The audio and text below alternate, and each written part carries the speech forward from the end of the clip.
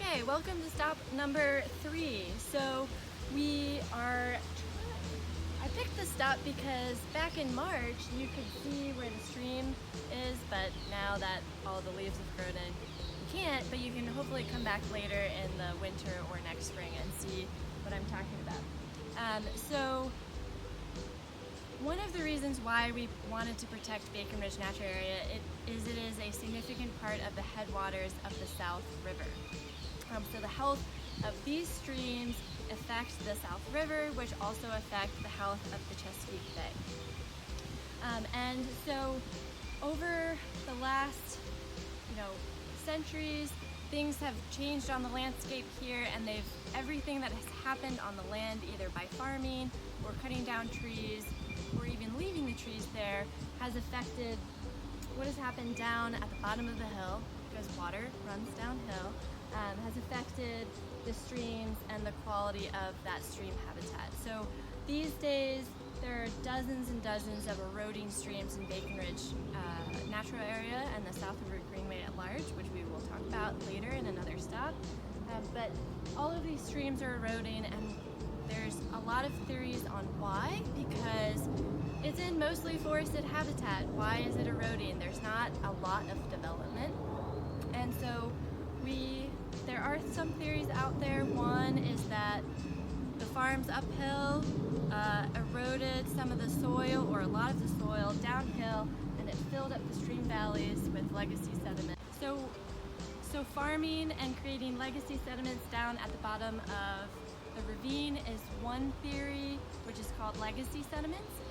Another theory is that, since we're on the coastal plain and there are a lot of soils that are easily erodible because we don't have many rocks like out in the mountains of western Maryland, that the little bit of development that has happened upstream of building houses and things like that has just unbalanced the watershed hydrology just enough to make all of these streams start eroding. Or perhaps it's just a combination of both things, and we don't have as many beavers stopping up rivers, so it could be several things.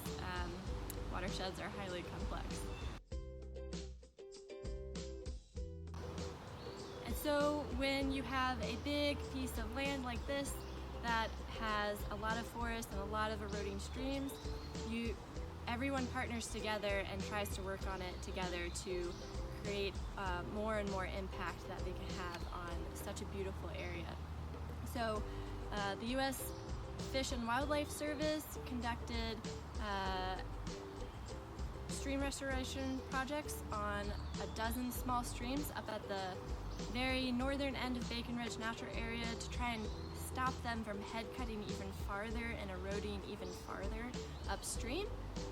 The Arundel Rivers Federation has just recently completed a stream restoration project that was worth probably $500,000, also on the northern end, but I think a little west and north of the Fish and Wildlife Restoration Project, to try and stem the main Bacon Ridge branch from eroding even further, and that's, I think, just the beginning of a long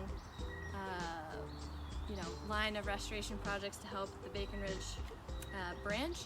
And then on the southern end of Bacon Ridge Natural Area, actually just right across the road from Bacon Ridge, there's one of the largest stream restoration projects around has been completed by EQR and Green Vest. So there's several organizations working to help restore these headwaters of the South River.